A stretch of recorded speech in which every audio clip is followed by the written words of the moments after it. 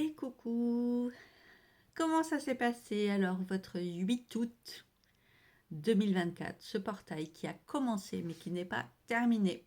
Je vous rappelle qu'on est dans ce portail, ce qu'on appelle la porte du lion, ce portail énergétique du lion, jusqu'au 26 août. Demain c'est le 17. Demain on sera aussi en portail du 888. Le 26 août, on sera également en portail 888. Voilà. Donc, je vous fais ce petit message ce soir pour vous proposer, si vous avez peut-être pas eu l'occasion de le faire, ou c'est vrai qu'il y a eu pas mal de publications, c'était parfois expliqué d'un point de vue astrologique, parfois plus énergétique, parfois numérologique, ou des fois même des trucs carrément plus perchés. Mais si vous n'avez pas eu l'occasion, je vous invite à préparer pour demain ou pour le 26 ou dans cette période, quand vous voulez. C'est l'intention vraiment qui compte en fait. Un moment pour vous recueillir, pour faire vos vœux, pour allumer votre bougie, pour faire brûler vos encens. Peut-être tirer une ou deux cartes. En plus, c'était ce 15 août là, c'était la fête de Marie. Et j'ai eu la carte de Marie juste la veille, c'était trop beau. On a des belles synchronicités, il faut savoir les voir. Le 19 en plus, c'est il y a une grosse pleine lune. C'est la pleine lune en Verseau. Je crois que c'est en Verseau, oui. Verseau en Lion, si je ne me trompe pas. Regardez la belle bougie, ça fait déjà quelques temps que j'ai commencé à l'allumer. J'ai mes petits pins angéliques. Alors, j'ai tout le monde à tirer avec moi sur mon petit gong.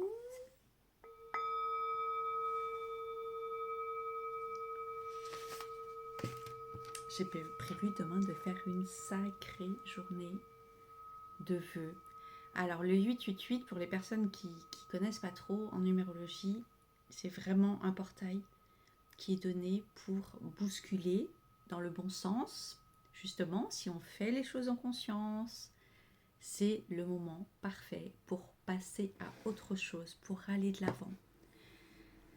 Pour en finir, le 8 c'est un nombre karmique et le 19 c'est aussi un nombre karmique. Donc là, la pleine lune, là, on a un gros portail. Là, entre demain, aujourd'hui, le 16, c'était aussi... voilà. Demain, le 17, c'est le nombre de la chance, le 17. C'est un nombre magnifique. C'est l'étoile de la chance. Voilà, c'est une très belle carte, mais aussi, en numérologie, le 17 est un nombre porte-chance. Donc, le 17 fait un 8. Demain, on a une très belle opportunité. C'est le moment vraiment, si vous avez eu dans votre vie des périodes compliquées, des deuils, de la maladie, des déceptions, des grosses blessures, bref, des choses compliquées, des dépouillements financiers, des soucis avec vos enfants, des soucis de la maladie, je l'ai dit, mais bref, du mal-être, de la dépression, des nuits noires de l'âme, etc. C'est le moment parfait si vous avez déjà avancé un petit peu sur vos blessures, que vous avez compris que tout est attraction, vibration, que tout est énergétique, qu'on attire à soi des personnes qui n'ont pas forcément exactement la même chose que nous, mais qui vibratoirement vont nous faire réagir, aller dans nos blessures et pour la simple et bonne raison de les transmuter, ces blessures. Voilà. Il y a beaucoup de couples qui sont en schéma d'attachement, l'un stressé, angoissé, l'autre fuyant, évitant. C'est un peu le carnage pour les deux. Chacun pousse l'autre complètement dans ses retranchements. Mais voilà, ou pour des situations aussi de travail, on ne se comprend pas parce que l'autre fait exactement tout l'inverse ou tout le contraire de ce qu'on voudrait et de ce qu'on ne voudrait pas. Enfin, il ne fait pas ce qu'on voudrait et il réagit, la personne réagit aussi complètement dans ce qui nous blesse. Donc vraiment, si vous avez eu des cercles des cercles répétitifs, des schémas répétitifs pendant votre vie. Si vous avez compris, si vous en êtes au stade, si vous pensez toujours que vous n'avez pas eu de chance et que c'était la faute de l'autre, ce qui est peut-être le cas, hein, c'est peut-être vraiment la faute de l'autre pour plein de choses, hein, vous avez peut-être vraiment été victime pour plein de choses, mais si vous en êtes à ce stade-là, vous n'allez pas forcément comprendre ce dont je veux parler.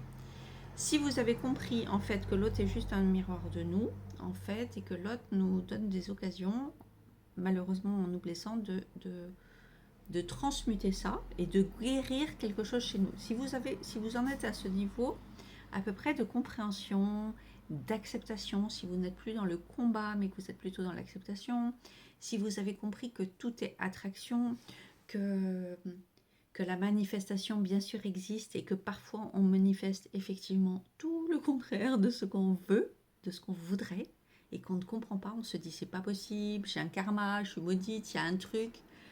Ça a été mon cas, moi je suis chemin de vie 8, comme je le dis souvent. J'ai manifesté pendant presque toute ma vie ce que je voulais pas. De toute façon, je savais pas ce que je voulais. Donc voilà, comme ça, la vie m'a fait expérimenter plus ou moins ce que je voulais pas. Et la seule fois où je savais à peu près ce que je voulais, eh bien, ça s'est un peu mal terminé. Donc, la vie nous offre, on passe par des moments très très sombres, mais on est en année 8 en 2024. Là, on est sur un portail autour du 8. Le 8 est porteur de karma, bien sûr. Si on a ces nombres-là dans nos thèmes, ce n'est pas pour rien. Mais même si pour les gens qui n'ont pas de 8, mais qui ont peut-être d'autres nombres karmiques, hein, parce qu'il y en a d'autres, c'est ce qu'on voit aussi dans l'accompagnement, c'est ce qui permet de dépasser les choses. Eh bien, parfois on peut être aussi, pour les gens qui sont en année personnelle 8, c'est l'année universelle 8 en 2024. Mais il y a des personnes qui sont en année personnelle 8 aussi. C'est des années où ça fait mal. Il faut comprendre, parce que si on ne comprend pas, ça fait mal. Voilà. Le 8, c'est cash, c'est karma immédiat. Tu comprends, ou bien la vie va te faire comprendre en fait. Je peux en témoigner. Donc, voilà, c'est vraiment l'occasion qui nous est donnée là en ce moment de changer ces schémas répétitifs et d'arriver, si vous êtes à ce niveau de compréhension, que en fait on manifeste dans sa vie en fait pas ce qu'on veut, mais ce qu'on pense, parfois même ce qu'on pense inconsciemment, parce qu'il y a ce qu'on pense consciemment et il y a ce qu'on pense inconsciemment. J'ai écouté un podcast tout à l'heure d'un love coach qui expliquait d'ailleurs très très bien les blessures, pourquoi on attire des partenaires mais complètement toxiques pour nous et tout, mais en fait nous-mêmes on a une part de toxicité dans cette relation bien sûr. Et effectivement, si vous pensez si vous en êtes au niveau de raisonnement que tout est de la faute de l'autre en fait, et que vous avez subi, que vous n'avez rien fait, c'est vrai et c'est pas vrai en même temps. Voilà.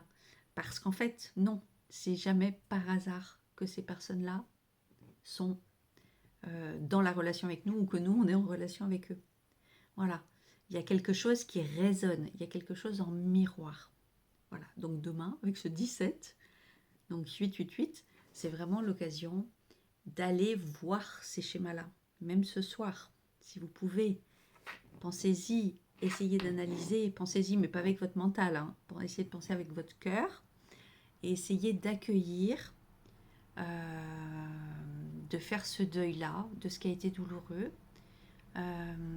pour vous dire que rien n'arrive par hasard et qu'il y aura du meilleur qui va arriver dans votre vie, parce que vous allez passer un stade, vous allez éclater ce plafond de verre en fait, et vous allez accéder à quelque chose mais de tellement plus grand, plus beau, plus puissant, plus pur, plus dans le partage. C'est des clés à comprendre en fait. Bien sûr, il faut accueillir ces blessures-là et vraiment faire un gros travail d'introspection. C'est ce que je propose dans l'accompagnement, hein, qui est basé vraiment sur cette énergie du 8, hein, puisque je l'ai fait commencer le programme à partir du 8. Chacun peut le prendre quand ils souhaitent, puisque c'est un accompagnement individuel. Il y a des petits supports en vidéo, il y a des petits supports en fonction de l'offre que vous prenez, 4 mois, 6 mois, 9 mois ou 13 mois. Mais sinon, voilà, cette année, en 2024, j'ai fait un super tarif bêta-testeur pour que les personnes qui en sentent l'envie puissent se lancer à un tarif, mais vraiment, vraiment accessible, voilà, par rapport à tout ce que ça propose. Il y a un gros travail à faire, et moi j'y suis encore, hein, je n'ai pas terminé, mais sur les pensées limitantes. Parce qu'en fait, quand on se rend compte vraiment, quand on comprend le truc, et qu'on se rend compte à quel point, en fait, on a des pensées de non-amour de soi, et des pensées d'incapacité, qui nous répètent nos échecs, qu'on a un mental, surtout si vous avez du 7 comme moi j'ai une mission spirituelle en 7, donc oui c'est la foi et tout ça, le 7, et ça je l'ai heureusement, parce qu'il y a des gens qui n'ont même plus la foi, il y a des gens qui ne croient en rien, et ça, je me dis, dans mon malheur, entre guillemets, de tout ce qui m'est arrivé, j'ai depuis quelques années ce 7 là qui me porte, j'ai vraiment cette conviction quelque part au fond de moi, mais je ne savais pas comment parce que je n'en trouvais pas la capacité. Par contre, au niveau de la foi, j'avais cette foi que tout était possible. Mais c'est comme si j'avais remis mon pouvoir en fait en Dieu ou en quelque chose de plus grand, Bouddha ou une grande spiritualité, et que je pourrais avoir la chance d'être aidée. En fait, je n'avais absolument pas conscience, puisque je ne croyais pas en mes capacités, d'ailleurs je ne connaissais pas mes capacités, hein, grosso modo, je n'avais absolument aucune conscience que ce pouvoir-là, il était en moi. Et pourtant, je suis chemin de vie 8. Normalement, le 8, il réussit tout. D'ailleurs, j'ai entendu il n'y a pas longtemps que Bernard Tapie était 8. Bon, c'est beaucoup de haut et de bas le 8, hein, je vous l'ai déjà dit. Et que l'abbé Pierre était aussi 8. Voilà. Donc, mais en tout cas, des personnes qui réalisent des grandes choses. Et je me dis, non mais moi, c'est pas possible, ils ont dû se tromper, ils m'ont donné ce numéro par hasard. Mais c'est un long chemin d'acceptation de soi, parce que je travaille beaucoup en ce moment la blessure d'humiliation, et ça je vous en parlerai dans une autre vidéo, parce que j'ai beaucoup travaillé toutes les autres blessures. On dit que tout le monde a ses blessures, plus ou moins, on les a tous, mais à des niveaux différents. Ça, je suis d'accord avec ça, mais sauf pour le 8. Le 8, je crois qu'il a vraiment toutes les blessures, mais à fond la caisse. Il en a même plein d'autres, puisque je vous avais fait une vidéo pour vous expliquer le travail, pour vous raconter le travail de Charlotte de Silguy et de son livre. Et elle en ressort 64 de blessures. Il y en a plein d'autres. Moi, je vous parle de la blessure de surprotection. Pour les personnes qui veulent approfondir ça, d'ailleurs, si ça vous intéresse, faites-le moi savoir, parce que je peux vous communiquer un lien où vous pouvez avoir un accès préférentiel, un tarif préférentiel à son programme. Voilà, donc ça peut être vraiment super chouette de bosser ça. Moi, j'ai fait déjà plusieurs ateliers aussi avec elle. Et je vais commencer un nouveau accompagnement à partir aussi d'octobre. On n'a jamais fini avec les blessures. Mais disons que j'ai beaucoup travaillé sur l'abandon, la trahison. Ça a été au début vraiment celles qui ont clashé le plus. Ensuite, derrière, je suis tombée sur celle de rejet et d'injustice. Et là, j'y ai aussi bien bossé. Et il y avait de temps en temps l'humiliation, mais je ne la voyais pas encore. C'est comme quand j'étais sur l'abandon et la trahison, je ne voyais pas encore la blessure de rejet. Et au fur et à mesure que ça s'est soigné, évidemment, heureusement, on ne voit pas les 5 blessures en même temps. Il y a comme des portes qui se ferment et d'autres qui s'ouvrent. C'est comme des paliers. Et effectivement, et là, par contre, je suis en train d'accueillir la blessure d'humiliation, parce que dans tout ce qui m'est arrivé dans ma vie, en fait, j'ai eu cette blessure, mais jusqu'à présent, je ne la voyais pas. C'était pas ce qui primait. À chaque fois, ce qui avait primé, ça avait été l'injustice, ça avait été la trahison, ça avait été l'abandon, ça avait été tout ça. Voilà, le rejet. Et en fait, je disais déjà ça de la blessure de rejet, que c'était la plus sournoise, la plus profonde, la plus difficile à voir ou quoi. Mais alors, je modifie, non? La plus. Mais ça dépend peut-être des personnes, hein. Peut-être qu'il y a des personnes, je pense qu'il n'y a pas de généralité avec ça. C'est de la manière dont on les accueille et de la manière dont les choses se passent pour nous. Et que, en fait, dans quel ordre ça arrive, les choses, et comment on les accueille, je pense. Mais en tout cas, pour moi, ça aurait été la blessure d'humiliation. Et ça me bloque encore dans mes capacités, dans l'amour de moi, je suis en train de guérir ça. Mais ça prend beaucoup de temps parce que on doit guérir ça seul. Et voilà. On doit apprendre à se pardonner seul. On doit apprendre à tout accueillir en fait, seul. Et il n'y a pas le choix. C'est comme ça. Et tant mieux, parce qu'au moins c'est du, comment dire, du béton, quoi. Ça va être du bien, du sûr, quoi. On reconstruit des bases, mais bien, bien solides. Pas basées sur l'extérieur et sur les autres, et sur d'avoir quelqu'un à côté de soi pour soutenir ou quoi. Non, on base. Bien sûr, j'ai des personnes aussi qui sont à côté, qui sont là, qui sont présentes, mais c'est vraiment quelque chose de très intime. Qui se fait avec le temps, en douceur, dans l'accueil, etc. Mais en année 8, ça secoue. Donc, ce que je voulais vous dire, c'est que cette année 8, et là, principalement au mois d'août, avec ces portails, c'est vraiment l'occasion d'aller voir vos pensées limitantes. Moi, le 7, il a beaucoup de rumination. Il a beaucoup de choses du passé qui reviennent, qui disent t'as mal vécu ça, ou qui montrent les peurs, qu'on a peur de revivre des choses qui nous ont vraiment fait souffrir. On se juge sévèrement par rapport à des choses aussi où on n'a pas su réagir, ou peut-être avec la famille. Moi, je sais que j'ai eu mes 2 parents très très malades, par exemple. On se juge durement. On se dit que peut-être on n'a pas été assez présent, que peut-être on n'a pas été assez ci, assez ça, assez compréhensif. Toujours pareil, quand on n'a pas vécu soi-même un cancer ou un ci ou un là, on a du mal à comprendre. Vraiment. Mais on peut avoir de l'empathie, mais voilà. Et ça, je me rends compte beaucoup autour de moi qu'il y a des gens où ils passent complètement à côté de plein de choses parce qu'ils n'ont pas vécu eux-mêmes. Bon, après, il y a des gens qui sont aussi très très égoïstes aussi, hein. Mais voilà, cette année 8, elle va vous demander de transmuter tout ça, d'aller de l'avant, mais pas en faisant du déni, en accueillant et en comprenant en fait que tout ça s'était dépassé euh,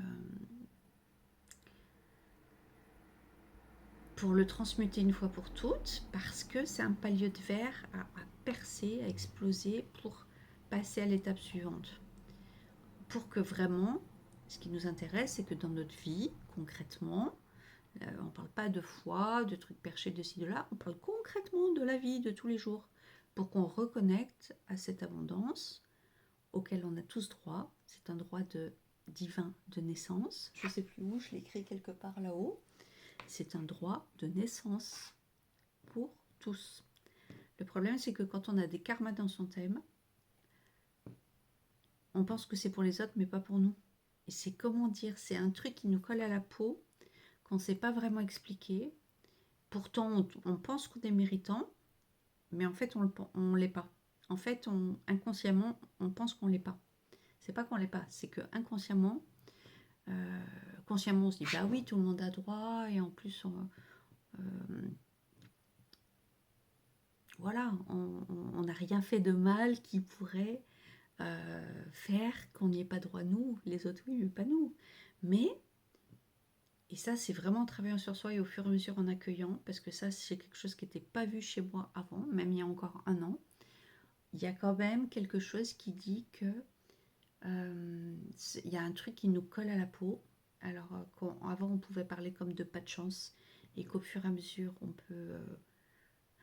comme je fais de la numérologie karmique, moi je parle maintenant aussi de karma. Mais il y a plein de gens qui n'arrivent pas vraiment à mettre de mots là-dessus, mais qui vont penser en fait que inconsciemment que c'est pas pour eux. En fait, le tout possible, c'est pas pour eux. Voilà.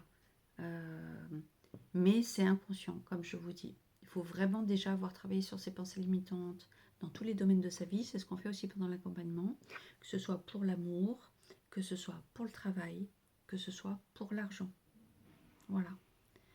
Et quand on va tout démouler là, tout aller regarder, détricoter, etc., on va se rendre compte des schémas qu'on a, du transgénérationnel, de ce qu'on nous a transmis, inculqué, voilà, et de toutes les histoires qu'on se raconte, en fait, qu'on s'est racontées, toute cette histoire qui est notre vie, qu'on se raconte, qu'on raconte, même ce que je vous raconte là, c'est l'histoire que je me raconte, en fait, hein, quand je vous parle de mes blessures ici et là. Et maintenant, j'ai dépassé tout ça, parce que je sais que tout ça, c'est une histoire, entre guillemets. Bien sûr, ça existait, ça a vécu, hein, j'en ai suffisamment souffert pour savoir que c'est bien réel et que ça a bien existé. Mais je sais aussi que c'est quelque chose que je peux aussi déconstruire et que je peux aussi effacer ça, comme on efface une page d'un manuscrit, et qu'on peut décider de réécrire une autre histoire, en fait. On peut décider de dire, ok, ça a été ma vie jusqu'à maintenant, ok, mais à partir d'aujourd'hui, je décide en conscience que la suite sera différente. Voilà, on réécrit la suite de l'histoire.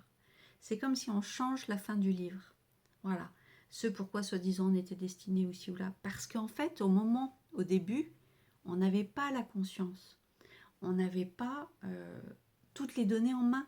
On voyait que ce qu'on voyait devant nous. Mais entre-temps, c'est comme si on a voyagé. On a voyagé et du coup, on a découvert d'autres paysages, d'autres choses.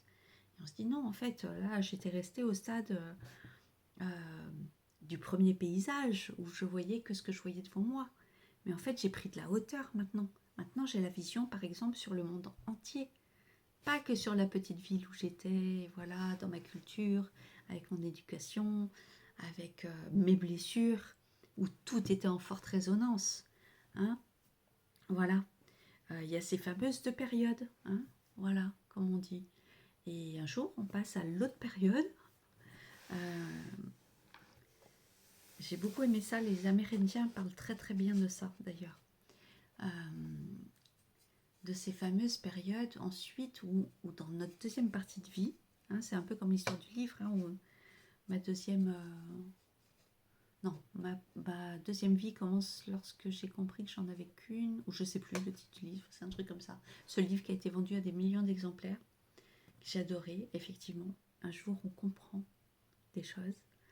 Et là, on comprend qu'effectivement, il y a des choses à déconstruire pour reconstruire, mais que tout est possible. Voilà. Et ce qu'on veut concrètement dans notre vie, ben, c'est l'abondance. Mais l'abondance, c'est pas le pognon pour le pognon, c'est pas ça qu'on veut. On veut aussi, bien sûr, de l'aisance matérielle, parce qu'il en faut. Et parce que quand on est abondant matériellement, eh bien, on a des moyens pour aider d'autres personnes, pour contribuer au monde, pour aider d'autres personnes, pour, je dis n'importe quoi, mais voilà, pour prendre du temps sur une chaîne à faire des vidéos gratuites que des gens vont écouter, parce que le temps c'est de l'argent, et de toute façon, voilà, tout est lié.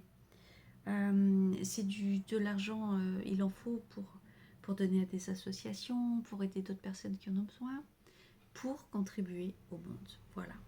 Donc, tous ces domaines, que ce soit les gens qui pensent que l'argent c'est mal, que ça alimente le pouvoir, que ça corrompt les gens, on a tous des histoires personnelles qu'on s'est racontées sur l'amour, sur l'argent, sur le travail, sur tout ça, sur ce qu'on est capable de faire ou pas.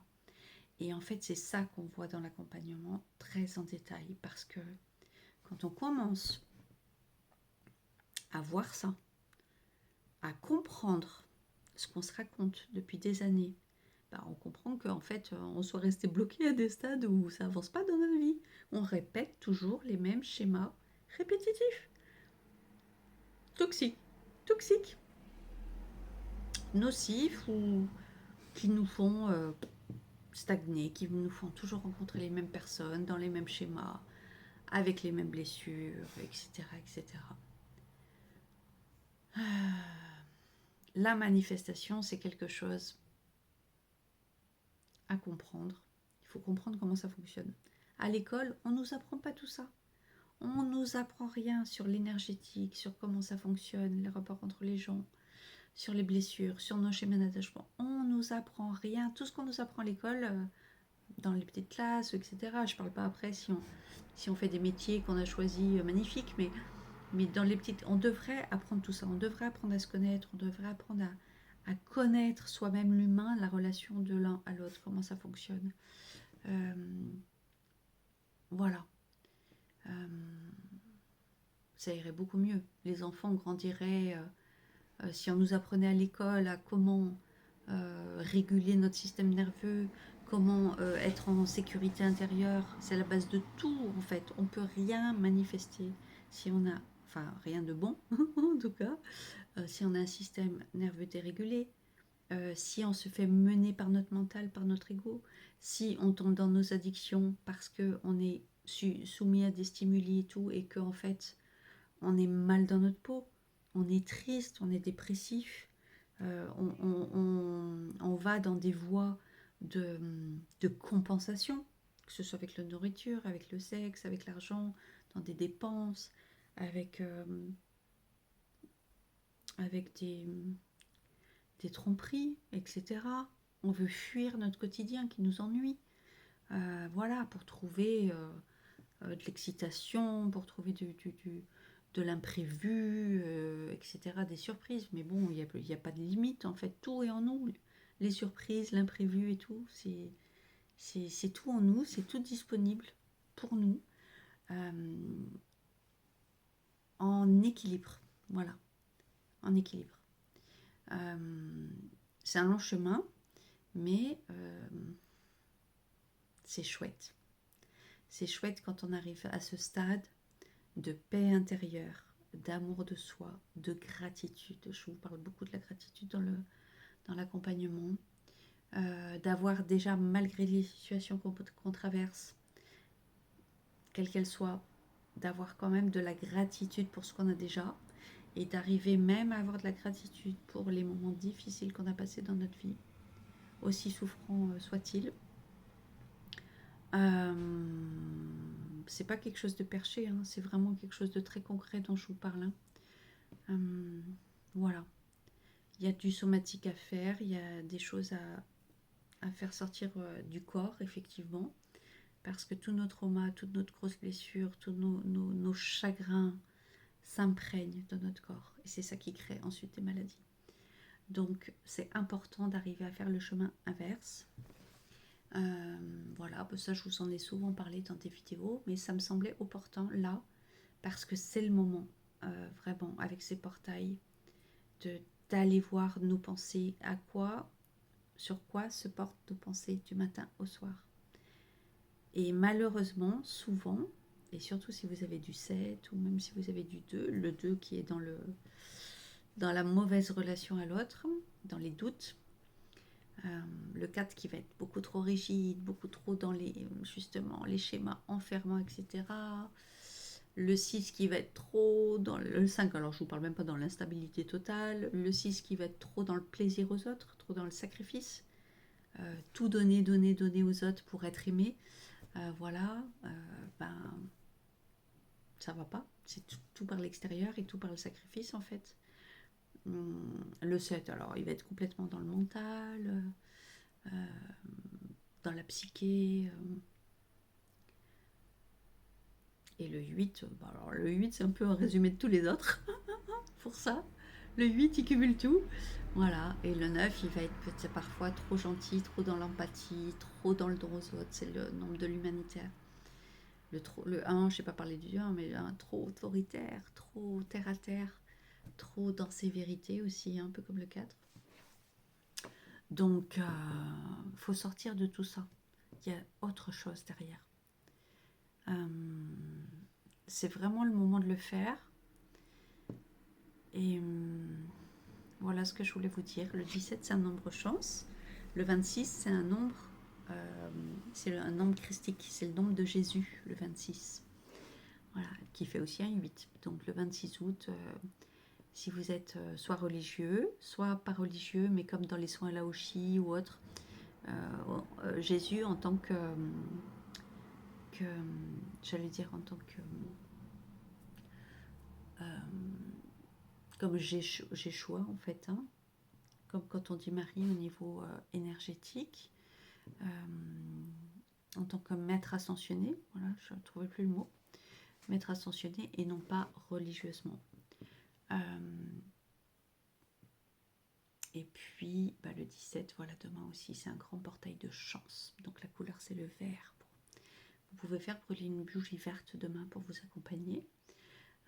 Si vous le voulez, vous pouvez mettre une verte et une violette par exemple, parce que le vert c'est la chance, c'est la guérison aussi.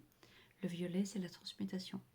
Si vous avez votre cube de Métatron, vous pouvez vous servir du cube de Métatron, parce que Métatron c'est la tranche qui accompagne la transmutation avec sur votre cube, votre géométrie sacrée, voilà, qui accompagne. Et tout ça, je vous ai tout résumé aussi, j'ai fait une masterclass que j'ai résumé, je vais essayer de mettre en ligne demain matin pour vous apprendre à faire les vœux justement pour les personnes qui sont encore, qui croient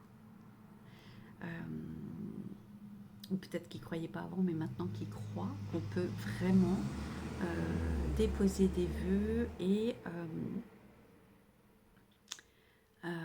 comment dire, tout le protocole comme un rituel. Voilà, pour des occasions.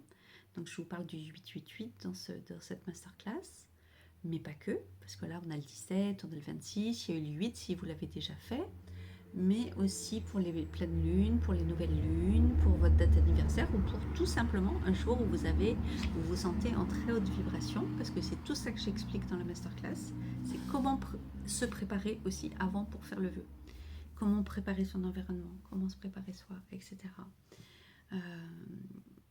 Donc ça dure à peu près 1 heure et donc elle sera, je vais la loader sur Calendly et ensuite vous avez accès, une fois que vous l'avez réglé, c'est en accès par une vidéo, voilà.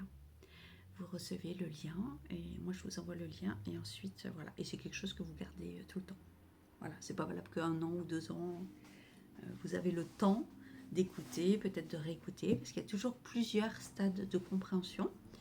C'est pour ça que moi j'aime donner accès à vie à ce que je propose, parce que voilà, il y a des accidents parfois dans la vie, il y a des choses, parfois on comprend certaines choses et plus tard on y revient, on comprend parfois d'autres choses. Si jamais ça vous dit, voilà, ce sera disponible demain. Et puis sinon je vous referai une petite vidéo aussi pour vous parler de la pleine lune le 19.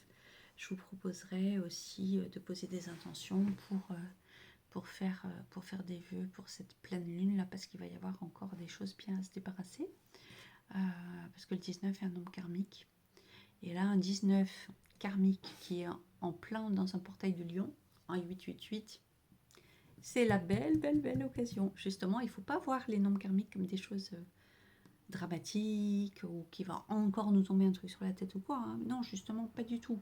C'est vraiment l'occasion de revoir ses pensées et tout ça et ses croyances, parce qu'il y a un gros travail. Je vous ai parlé des pensées, il y a les paroles, mais il y a aussi tout ce qui est croyances.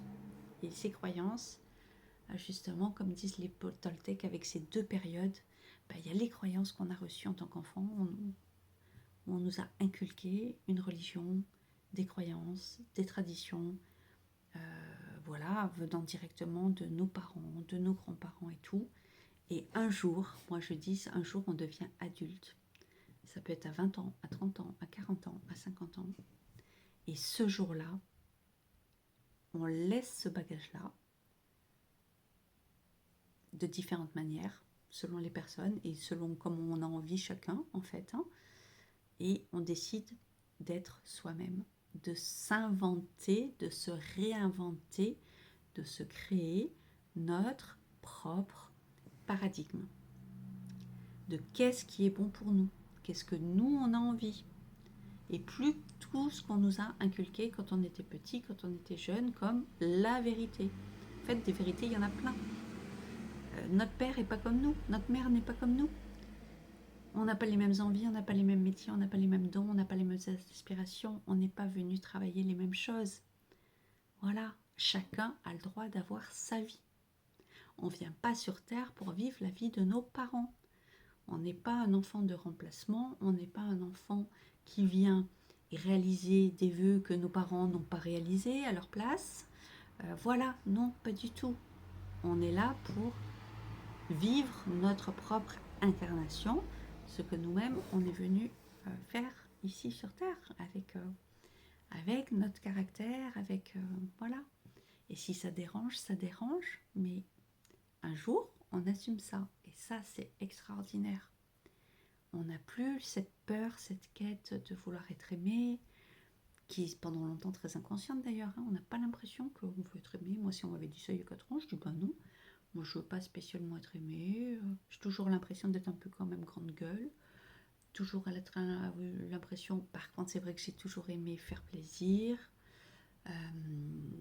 Et je croyais toujours que je faisais les choses vraiment par plaisir. Et ce qui est vrai aussi. J'aime aussi vraiment faire plaisir. Mais je me suis rendu compte vraiment en travaillant sur mes schémas que, effectivement, c'était très lié à la blessure de rejet et aussi à la blessure d'humiliation, d'abandon un peu, où finalement on fait beaucoup de choses par peur d'être abandonné, d'être trahi, d'être rejeté, etc. Mais il y a une grosse partie qui est inconsciente de ça. Voilà, je ne sais pas si vous aussi, vous êtes déjà passé par là.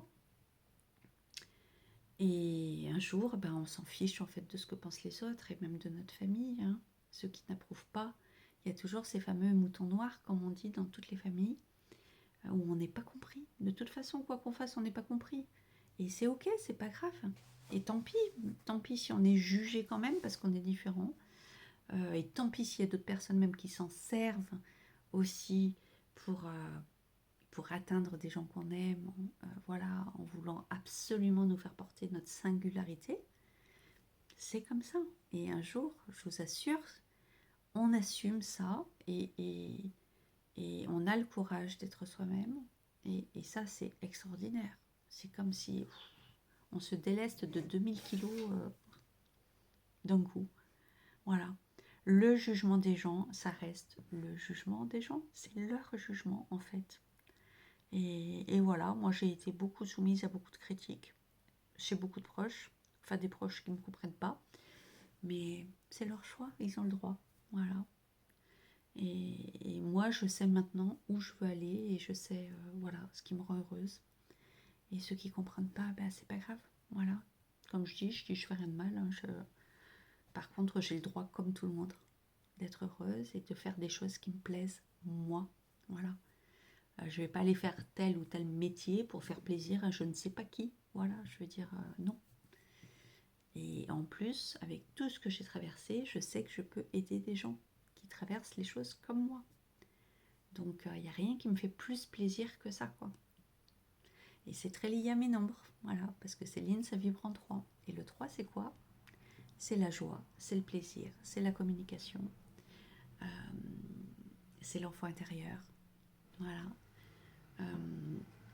Ça fait plaisir de reconnecter à ça. Ça fait plaisir. Et parce que sinon, l'enfant intérieur, il est quoi? Il est archi triste.